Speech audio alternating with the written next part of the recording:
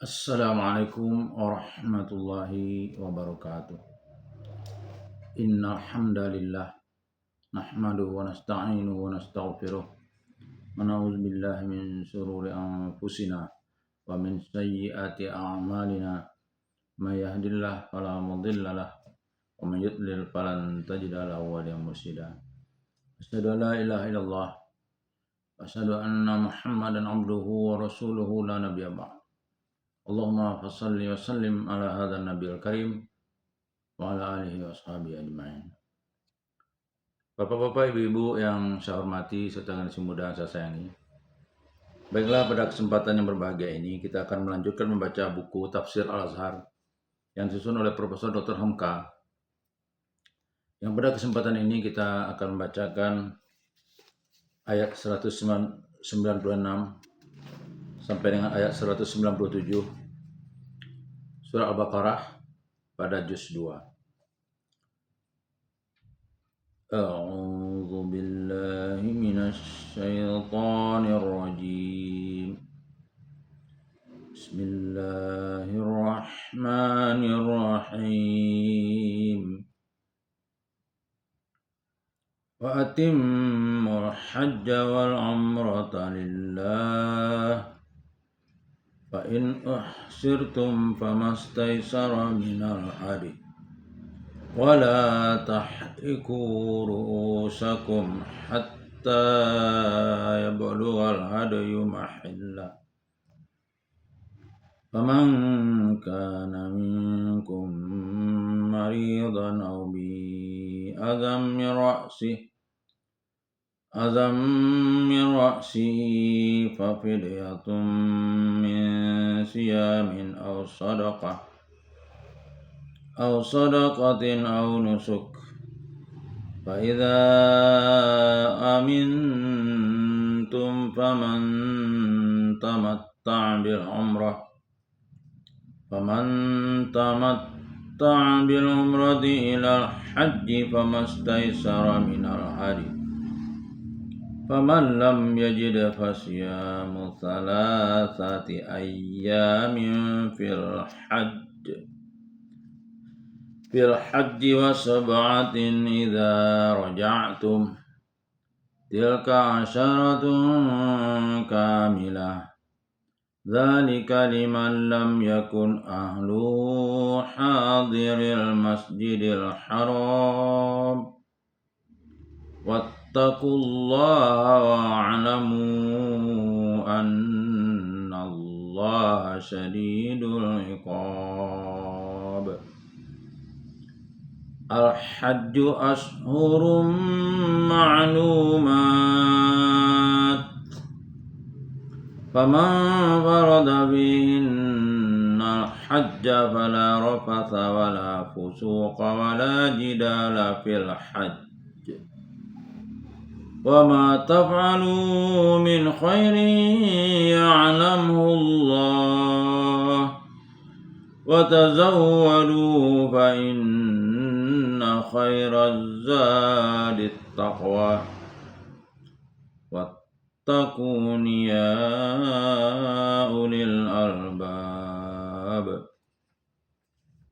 Ayat 196. Dan sempurnakanlah haji dan umroh itu karena Allah. Tetapi jika kamu dihalangi, maka kirimkanlah kurban sedapatnya. Dan janganlah kamu cukur kepalamu hingga sampai kurban itu ke penyembelihan.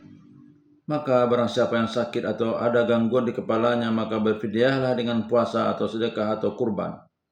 Tetapi apabila kamu telah aman, lalu siapa yang bersenang-senang dengan umrah kepada haji, maka hendaklah dia dibayarnya kurban sedapatnya. Tetapi barang siapa yang tidak mendapat, hendaklah puasa 3 hari ketika haji, dan 7 hari apabila telah kembali kamu. Itulah 10 hari yang sempurna. Yang demikian itu ialah bagi orang yang tidak ada dirinya jadi penduduk Masjidil Haram. Dan takwalah kepada Allah, dan ketahuilah bahwasanya Allah adalah sangat berat siksaannya. 197.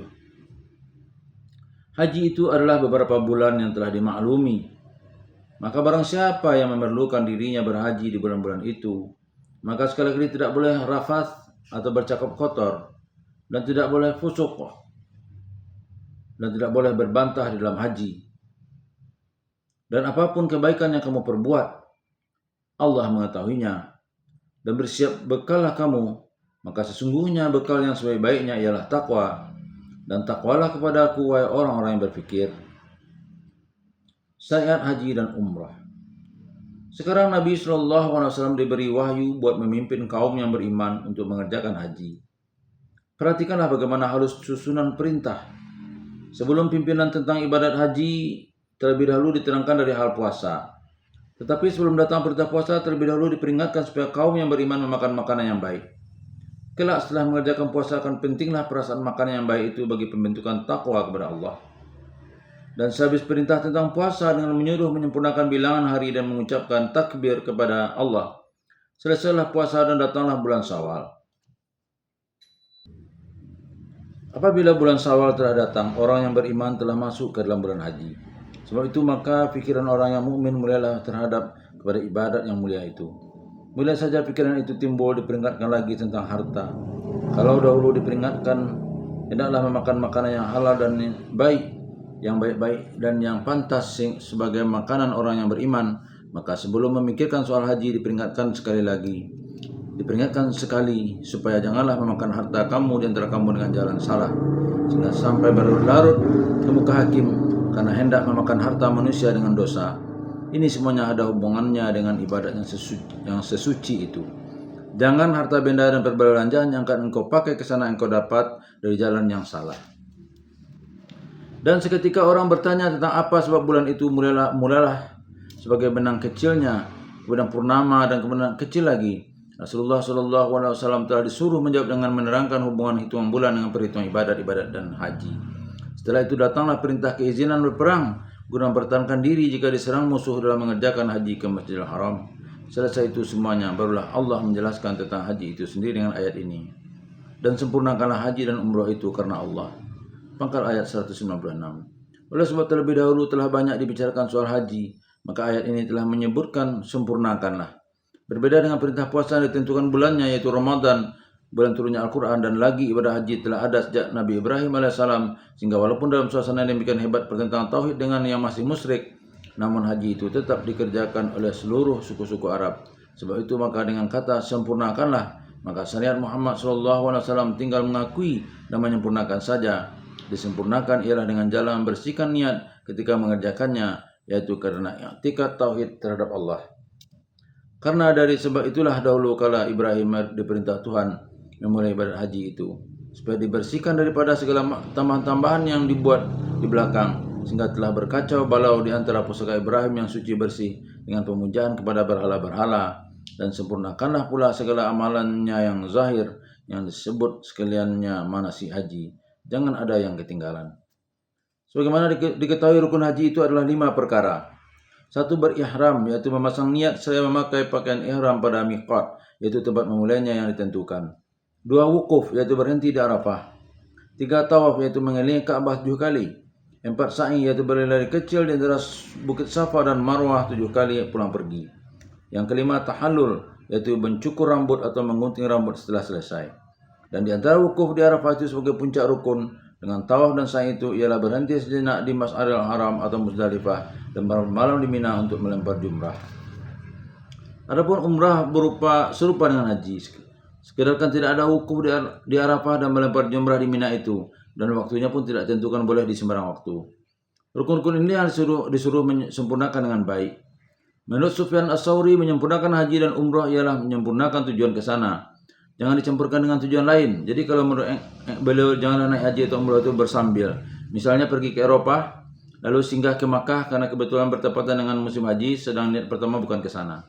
Menurut Ibnu Sahabil, menyempurnakan haji dan umrah artinya ialah supaya masing-masing, baik haji atau umrahnya kerja dengan ifrat tersendiri, jangan dengan tamatu, jangan kiran. Menurut Muqatil, menyempurnakan haji dan umrah ialah bersihkan, jangan campurkan yang tidak pantas bagi keduanya. Dan kata setengah ulama lagi, menyempurnakan haji dan umrah ialah supaya nafkah perbendaharaan untuknya dan harta yang halal dan baik. Supaya nafkah perbelanjaan untuknya dan harta yang halal dan baik. Dari harta yang halal dan baik. Tentang umrah, sependapat seluruh ulama Islam bahwa dia bukan rukun Islam sebagai haji. Cuma ada perbedaan pendapat apakah dia hanya satu amalan sunnah atau mandub ataukah wajib. Meskipun rukun Islam, setengah ulama mengatakan bahwa dia adalah wajib, setengahnya lagi mengatakan dia sunat. Tetapi apabila mulai dikerjakan, hendaklah disempurnakan. Barang siapa yang telah memulai umroh, bila tidak disempurnakannya, berdosalah dia. Samalah halnya dengan sunnahnya salat nawafil yang selain 5 waktu. Apabila telah dimulai, wajiblah dikerjakan dengan sempurna. Tidak boleh dihentikan di tengah-tengah mentang-mentang hanya sunat. Hal-hal ini kita persilahkan dipelajari khusus, karena seluruh ulama besar fikih ikutan kita. Imam Abu Hanifah, Imam Malik, Imam Syafi'i, dan Imam Ahmad sama pendapat bahwa haji dan umroh wajib disempurnakan. Tetapi selain dari wukuf di Arafah yang mereka semuanya sepakat mengatakan dialah rukun haji yang jadi puncak. Maka tentang yang lain-lain ada beberapa perbedaan pendapat beliau-beliau. Ada satu manasik yang oleh Imam Malik dikatakan wajib, oleh Syafi'i dikatakan rukun, oleh Hambali dikatakan sunat. Tetapi kita lihat, walaupun orang-orang mengerjakan haji di Makkah itu datang berduyun dari tempat keempat mazhab Sunni, orang Syiah dan Khawarij, namun perbedaan yang mencolok tidaklah terdapat. Menurut jumhur, sebagian besar ulama syariat haji dijadikan resmi syariat Nabi Muhammad SAW ialah pada tahun ke-9. Dan tahun itulah kaum muslimin di Madinah dan di seluruh tanah Arab naik haji ke Makkah yang telah bersih dari berhala. Dan diangkat oleh Rasulullah SAW, sahabatnya Abu Bakar mengepalai rombongan atau Amirul Hajj tahun itu. Tahun ke-10 barulah naik haji Rasulullah sendiri yang terkenal dengan haji wada, haji perpisahan. Sebab 82 hari sesudah itu beliau pun meninggal. Tetapi penyelidikan yang lain menunjukkan bahwa pengakuan resmi syariat haji dijadikan syariat Muhammad ialah pada tahun keempat, sebab dia disebut dalam surah Ali Imran surat 3 ayat 97. A'udzu billahi minasy syaithanir rajim. Walillahi 'alan nasi hajjul baiti man istata'a ilaihi sabila. Dan karena Allah diperintahkan kepada manusia berhaji ke rumah itu, barang siapa yang sanggup berjalan kepadanya. Ali Imran 97. Surah Ali Imran turun sesudah peperang Uhud, dan perang Uhud terjadi pada tahun keempat Hijriah.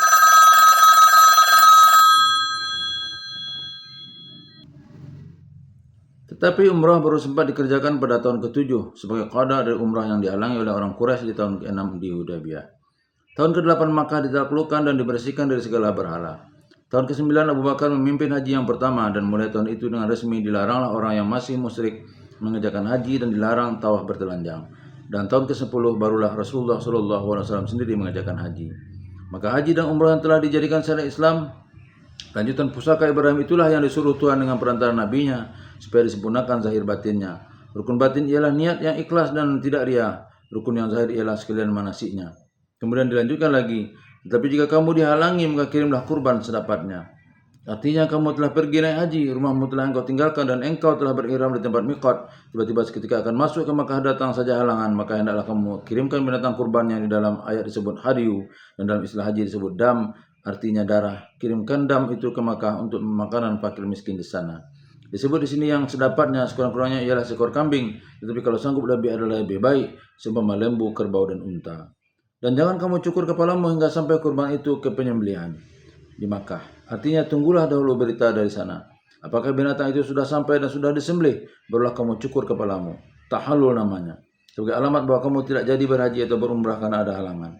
Dihalangi atau terhalang, niscaya banyak hal biasa kejadian. Sebagai Nabi kita sendiri SAW telah berangkat bersama-sama dari Madinah sampai di Hudaybiyah, dihalangi oleh orang Quraisy. Bahkan di zaman Islam sendiri pernah juga kejadian orang haji tidak jadi masuk Makkah karena di Makkah sendiri waktu itu tidak aman. Misalnya ada peperangan di antara orang-orang berkuasa di sana berebut kekuasaan sehingga orang haji terpaksa pulang, atau sebagian terjadi pada tahun 1961 karena sedang memuncak pertengkaran politik di antara Raja Saud yang berkuasa di Makkah dengan Jamal Abdul Nasser, Presiden Mesir atau RPA. Jemaah dari Mesir telah sampai di Jeddah, dihalangi masuk Makkah sehingga pulang saja dengan harapan hampa. Atau tiba-tiba dapat berita bahwa di Makkah ada berjangkit penyakit menular sehingga jemaah menurut keputusan dokter tidak dapat masuk ke Makkah pada waktu itu, atau ada perang di sana, atau diri sendiri ditimpa sakit di tengah jalan sehingga tidak dapat melanjutkan, dan lain-lain halangan. Oleh karena dalam ayat ini disyaratkan bahwa binatang kurban atau domba atau dam hendaklah dikirim ke Makkah dan di sana disembelih orang, maka mazhab Hanafi memegang teguh syariat ini. Tetapi oleh karena Rasulullah SAW sendiri menyembelih langsung di Hudaybiyah, maka mazhab-mazhab yang lain yang tidak menjadikan syarat pengiriman ke Makkah itu sembelih saja di tempat terhalang itu, dan teruslah cukur atau gunting rambut dan tanggalkan pakaian ihram. Kemudian diterangkan lagi pasal tidak boleh mencukur rambut atau mengunting itu. Maka barang siapa yang sakit atau ada gangguan di kepalanya, sehingga rambut di kepalanya dicukur atau digunting atau terpaksa jatuh rambut dengan diketahui, maka berfidyahlah dengan puasa atau sedekah atau kurban. Hadis Nabi menerangkan bahwa puasanya itu 3 hari atau boleh diganti dengan memberikan makanan 1 gantang Madinah yang memuat 16 rattal. Bagikan kepada 6 orang miskin atau membayar dam seekor kambing. Boleh dilakukan mana yang sanggup. Dengan adanya denda-denda demikian, nampaklah perbedaan ibadat haji dengan yang lain, yaitu ada kesalahan yang dapat dibayar dengan denda sehingga haji sah juga. Yang tidak dapat diganti dengan denda ialah rukun terima wukuf di Arafah. Tetapi apabila kamu telah aman, halang ke Makkah tidak ada lagi, dan kalau sakit sekarang telah sembuh, niscaya wajib haji datang lagi dan kamu pun pergi naik haji. Lalu siapa yang bersenang-senang dengan umrah kepada haji, maka hendaklah dibayarnya kurban sedapatnya.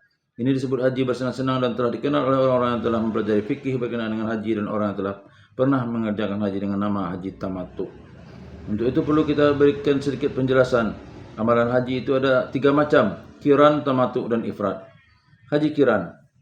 Sejak mula melekatkan pakaian ihram di Makkah, di mikat, sudah diniatkan mengerjakan haji dan umrah sekaligus. Qiran artinya serempakan. Menurut mazhab Syafi'i dan Maliki, haji ifrad dan tamattu lebih afdal dari haji qiran. Tetapi menurut Hambali, tamattu lebih afdal daripada qiran dan ifrad. Caranya, kaifiatnya ialah apabila yang hendak melakukan haji qiran itu telah masuk ke Makkah, mula-mula hendaklah dia lakukan segala rukun syarat umrah.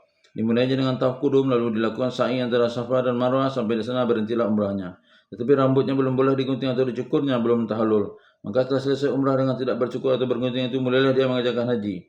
Wukuf di Arafah, melempar 3 jamrah sebagai biasa. Di hari ke-10 hari nahar, wajiblah dia menyembelih seekor kambing sekurangnya atau 7 ekor unta umur 7 tahun kalau mampu, sebagai syukur kepada Allah sebab telah selesai dengan selamat mengerjakan haji dan umrah, atau ganti dengan puasa 3 hari selama haji dan 7 hari jadi 10 hari selesai haji.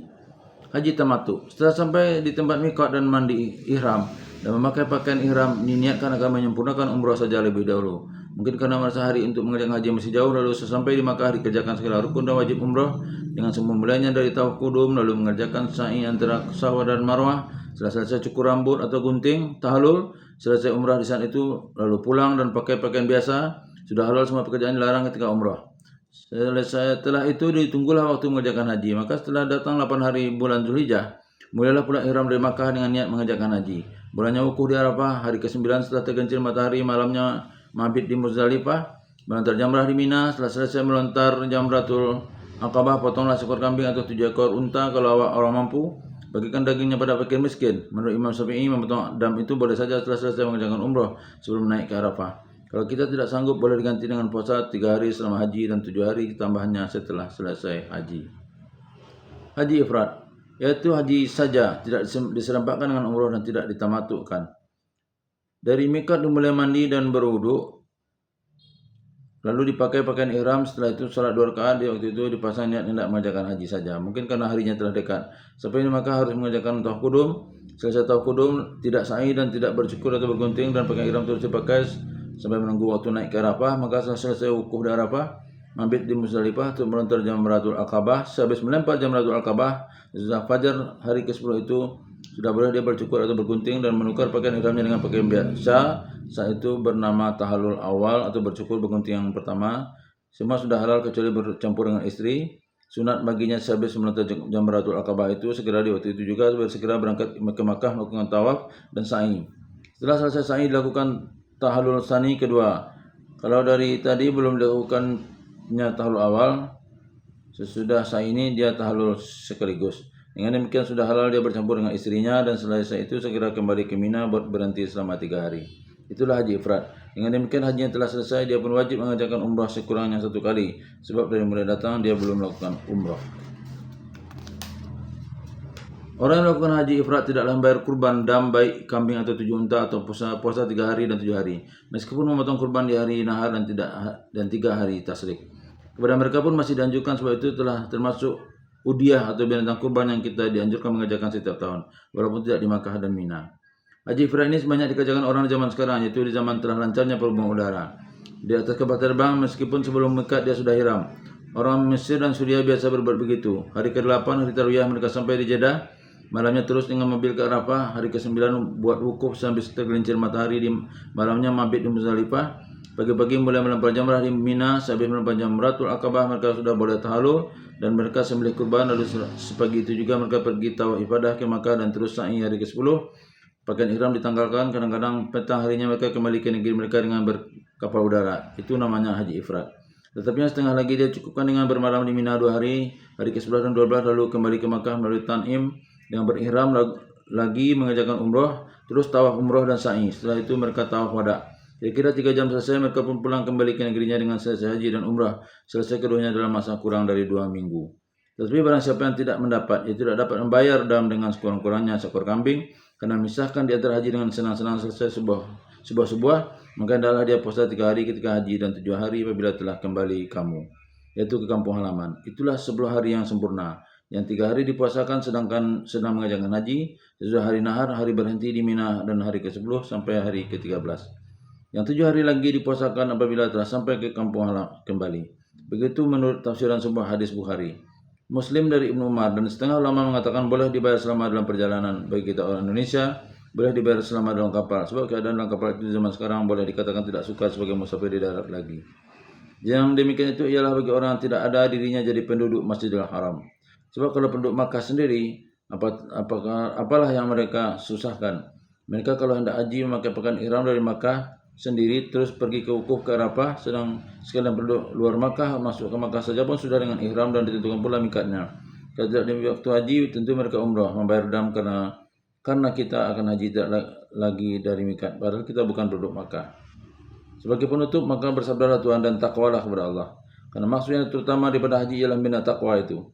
Bagaimana pada perintah yang telah lalu tentang puasa, maksud puasa pun telah ialah bina takwa. Bahkan memotong kurban atau dam itu di dalam surat 22 Al-Had ayat 37 pun telah diterangkan bahwa tidaklah daging atau darah kurban itu yang akan mencapai Allah, tetapi yang akan mencapainya ialah takwa kamu juga. Dan ketahuilah bahwasanya Allah adalah sangat berat siksaannya. Ujung ayat 196. Oleh sebab yang dimaksud dengan ibadat ialah membangunkan hati yang takwa, hendaklah dikerjakan semua ibadat itu dengan khusyuk dan sebut dalam bahasa Jawa dengan prihatin. Apatah lagi segala rukun dan wajib serta sunat haji itu lain dari ibadat. Sebagian besar bersifat ta'abudi, menghendaki kepatuhan belaka.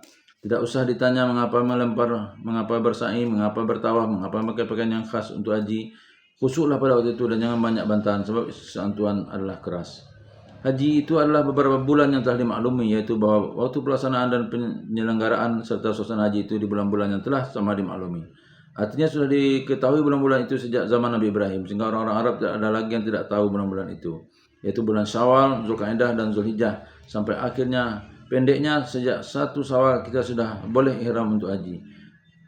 Syawal sudah dalam suasana umrah dan haji, sedang kalau di bulan yang lain hanya untuk umrah saja. Misalnya kalau ada orang yang tahan tidak bercukur-cukur, lalu dia haji kiran sejak 1 Syawal sampai akhir Zulhijjah pun disilahkan. Tetapi kalau berat, lebih baiklah haji tamattu saja dan bayarlah damnya atau puasa sebagai diterangkan tadi.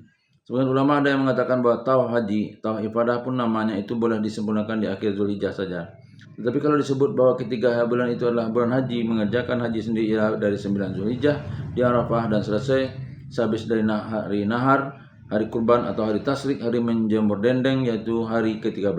Dengan demikian kalau orang pergi ke Makkah mengerjakan ihram haji di luar dari bulan 3 itu atau ke Arafah sebelum atau selepas tanggal 9 tidaklah sah hajinya.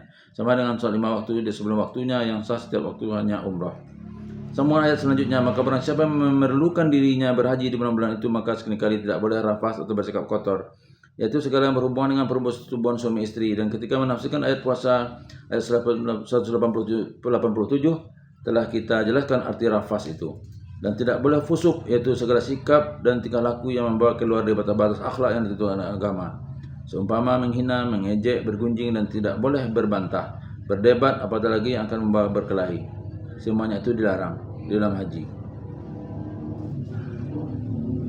Oleh sebab di ujung ayat telah lalu sudah dikatakan bahwa maksud utama ialah membangun rasa takwa dalam jiwa, maka sudah sama dimaklumi bahwa segala yang akan menghilangkan khusyuk atau prihatin hendaklah dijauhi sangat pada waktu haji itu.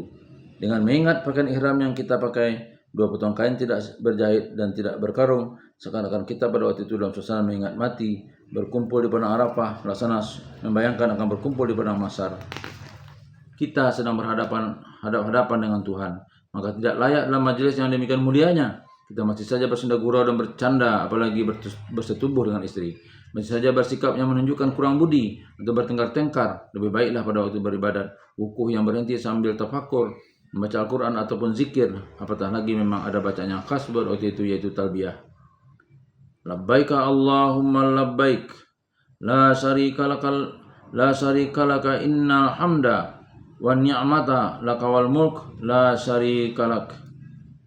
Labbaika Allahumma labbaik, la syarika laka labbaik.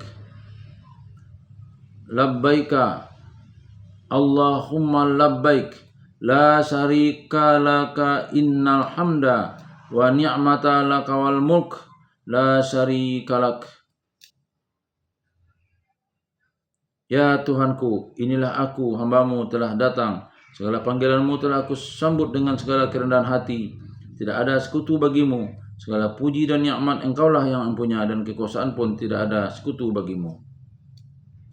Dan bersiap bekallah kamu, artinya oleh karena naik haji adalah suatu di antara rukun atau tiang agama Islam. Dan sekurang-kurangnya sekali seumur hidup wajib kita menunaikannya. Bersiap bekal yang lengkap dan cukup. Dan jauh hari pasanglah niat dan kumpulkanlah perbelanjaan. Selamat pergi dan pulang dan selamat yang didapati. Maka sesungguhnya bekal yang sebaik-baiknya ialah takwa. Artinya intisari dari pengumpulan bekal sejak jauh hari itu yang sebenarnya ialah takwa juga.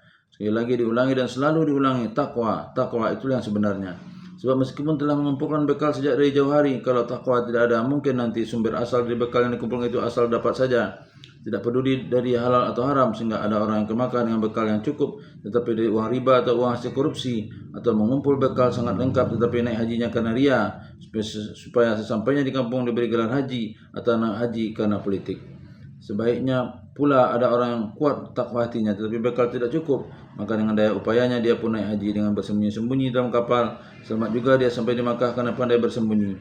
Tetapi sampai di Makkah, ketika perutnya lapar, terpaksa dia menghinakan diri dengan meminta-minta karena dia telah melanggar bunyi ayat menyuruh menyediakan bekal itu. Ada diriwayatkan bahwa di zaman dahulu banyak orang naik haji dari Yaman dengan berjalan kaki dengan tidak membawa bekal, sampai di Makkah menjadi peminta-minta, padahal bagi mereka belum ada kewajiban haji dalam keadaan yang demikian.